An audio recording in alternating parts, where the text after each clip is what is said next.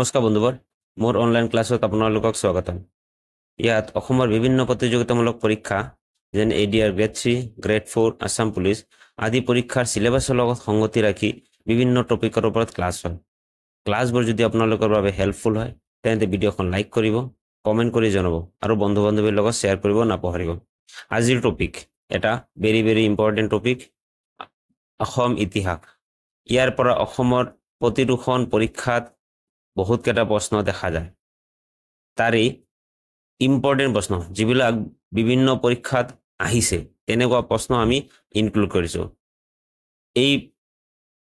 এইখন ভিডিঅ' হ'ল পাৰ্ট 1।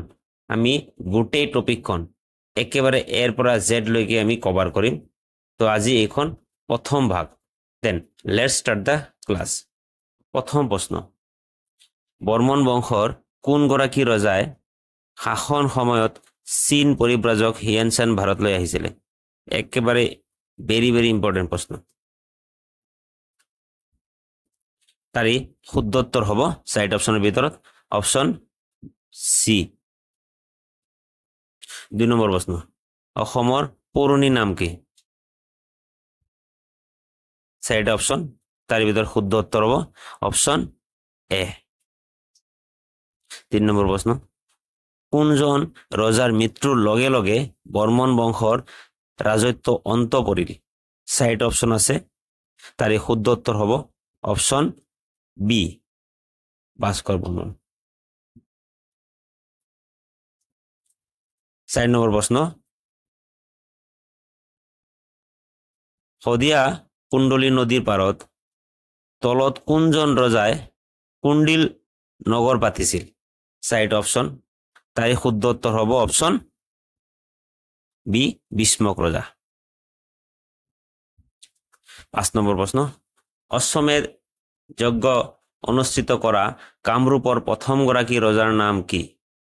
4টা অপশ্যন দিয়া আছে, তাৰে শুদ্ধ উত্তৰ হ'ব অপশ্যন এ, মহেন্দ্ৰ বৰ্মন।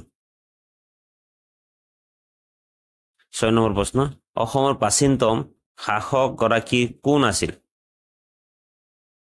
4টা অপশ্যন, তাৰ ভিতৰত শুদ্ধ উত্তৰ হ'ব অপশ্যন সি, মহিৰাংগ দানৱ। 7 নম্বৰ প্ৰশ্ন, শালস্তম্ভ বংশৰ প্ৰতিষ্ঠাপক ৰজাৰ নাম কি? 4টা অপশ্যন দিয়া আছে, তাৰ শুদ্ধ উত্তৰ হ'ব অপশ্যন ডি, শালস্তম্ভ। 8 নম্বৰ প্ৰশ্ন, প্ৰাচীন অসমৰ ইতিহাস ৰচনা প্ৰচুৰ সমল যোগান ধৰা উল্লেখযোগ্য সংস্কৃত গ্ৰন্থখন কি? 4টা অপশ্যন দিয়া আছে, হৰ্ষচৰিত, কালিকা পুৰাণ, যোগিনী তন্ত্ৰ আৰু ৰামায়ণ। 4টা শুদ্ধ উত্তৰ হ'ব অপশ্যন বি, কালিকা পুৰাণ। 9 নম্বৰ প্ৰশ্ন, বানাসুৰ প্ৰাচীন অসমৰ কোন ঠাইত শাসক আছিল? 4টা অপশ্যন দিয়া আছে, তাৰে শুদ্ধ উত্তৰ হ'ব অপশ্যন সি, শোণিতপুৰ। 10 নম্বৰ প্ৰশ্ন, পাল বংশৰ প্ৰথমগৰাকী ৰজা কোন আছিল? ভেৰি ইম্পৰ্টেণ্ট প্ৰশ্ন। 4টা অপশ্যনৰ ভিতৰত শুদ্ধ উত্তৰ হ'ব অপশ্যন এ, ব্ৰহ্মপাল। 11 নম্বৰ প্ৰশ্ন, কোনগৰাকী ভূঞা শাসনকৰ্তাই গোমধ উপাধি গ্ৰহণ কৰিছিল?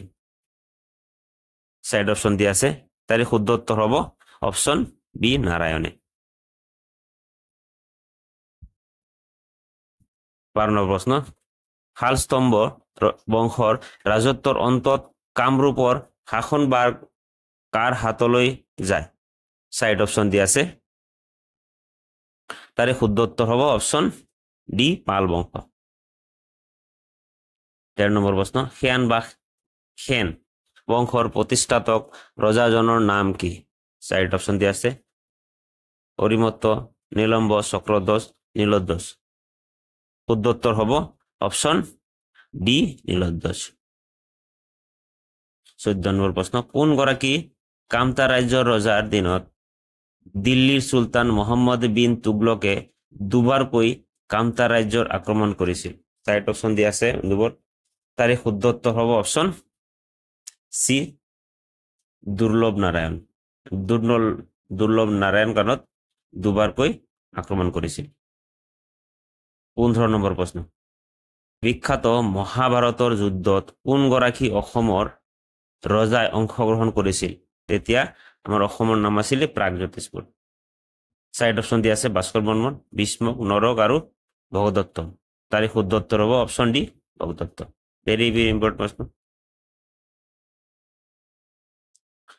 16 নম্বৰ বৰ্মন বংশ ৰাজত্ব অন্তত কামৰূপৰ কোন বংশৰ শাসন প্ৰতিষ্ঠাতা হৈছিল 16 নম্বৰ প্ৰশ্ন তাৰে শুদ্ধ উত্তৰ হ'ব অপশন সি আলস্তম্ভ বংশ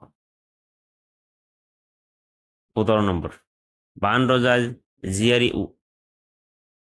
উষাক কোনে বিয়া পাতিছিল সাইড অপশন দিয়া আছে শ্ৰীকৃষ্ণ অৰুণোদয় বলভদ্ৰয় শিৱই তাৰে শুদ্ধ উত্তৰ হ'ব অপশন বি অনুৰুদ্ধ 18 নম্বৰ প্ৰশ্ন কাৰ দিনত চীনা পৰিব্ৰজক হিউনচন অসমলৈ আহিছিল সাইড অপশন দিয়া আছে তাৰে শুদ্ধ উত্তৰ হ'ব অপশন এ কুমাৰ ভাস্কৰ বৰ্মন কোনজন ৰজাই কামতাপুৰত ৰাজধানী পাতিছিল পাতি কামতেশ্বৰ উপাধি গ্ৰহণ কৰিছিল সাইড অপশন দিয়া আছে তাৰে শুদ্ধ উত্তৰ হ'ব অপশন ডি সন্ধিয়া 20 নম্বৰ প্ৰশ্ন প্ৰাচীন কামৰূপৰ ৰজা ভগদত্তই বীৰত্ব আৰু মৃত্যুৰ কথা উল্লেখ কৰা মহাভাৰতৰ পৰ্বটো কি সাইড অপশন ভীষ্ম পৰ্ব বান পৰ্ব কৰ্ণ পৰ্ব ওপৰৰ এটা নহয় তাৰে শুদ্ধ উত্তৰ অপশন সি কৰ্ণ পৰ্ব মানৰ দ্বিতীয় আক্ৰমণ কোন চনত হয়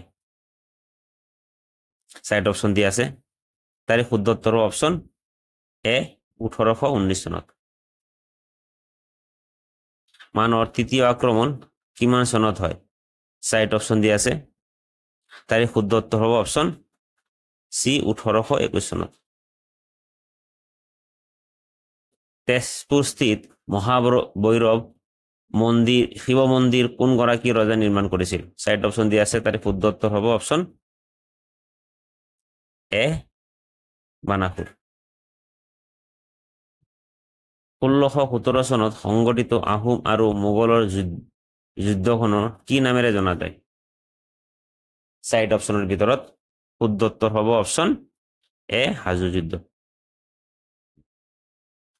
25 নম্বৰ প্ৰশ্ন শৰাইঘাটৰ ৰণ কাৰ দিনত আৰম্ভ হৈছিল সাইড অপশন দিয়া আছে তাৰে শুদ্ধ উত্তৰ হ'ব অপশন বি চক্ৰধ্বজ সিংহৰ কালত শৰাইঘাটৰ মূল যুদ্ধৰ সময়ত অসমৰ ৰজা কোন আছিল সাইড অপশন দিয়া আছে তাৰে শুদ্ধ উত্তৰ হ'ব অপশন বি উদয়াত্ত সিং 27 নম্বৰ প্ৰশ্ন উত্তৰ গুৱাহাটীৰ বেতনা নামৰ ঠাইত এতিয়াও দেখিবলৈ পোৱা বৈধ্যগড় নামৰ গড়টো কোনে নিৰ্মাণ কৰিছিল সাইড অপশনৰ ভিতৰত শুদ্ধ উত্তৰ হ'ব অপশন ডি অৰিমত্তই 28 নম্বৰ প্ৰশ্ন প্ৰাচীন কামৰূপৰ ৰজা ভগদত্তই কন্যা ভানুমতীক কুৰুক্ষেত্ৰৰ কুৰু বংশৰ কলৈ বিয়া দিয়া হৈছিল সাইড অপশন দিয়া আছে তাৰে শুদ্ধ উত্তৰ হ'ব অপশন ডি দুৰ্যোধন 29 নম্বৰ প্ৰশ্ন বৃহৎ সাম্ৰাজ্যবাদী নীতি গ্ৰহণ কৰা প্ৰাগজ্যোতিষ প্ৰথম গৰাকী ৰজাৰ নাম কি তাৰে শুদ্ধ উত্তৰ হ'ব অপশন বি মহেন্দ্ৰ বৰ্মন আজি ভিডিঅ'ৰ শেষৰ প্ৰশ্ন তাৰ আগত বন্ধুবোৰ যদি ভিডিঅ'বোৰ ভাল লাগে আপোনাৰ বাবে হেল্পফুল হয় তেনেহলে ভিডিঅ'খন লাইক কৰিব আৰু মোৰ কমেন্ট কৰিব আৰু মোৰ চেনেল সাবস্ক্ৰাইব কৰিব কাৰণ আপোনালোকে এটা সাবস্ক্ৰিপশ্যন মোৰ কাৰণে বহুত মোটিভেশ্যন দিয়ে তো লাষ্ট প্ৰশ্ন চাও প্ৰাচীন অসমত প্ৰাগজ্যোতিষপুৰ দানৱ ৰজাৰ ঘটকাসুৰ বধ কৰি কোনে ভৌম বংশ প্ৰতিষ্ঠাতা কৰিছিল সাইড অপশনৰ ভিতৰত শুদ্ধ উত্তৰ হ'ব নৰক ৰজাই ধন্যবাদ ভিডিঅ' চোৱাৰ কাৰণে জয় আই অসম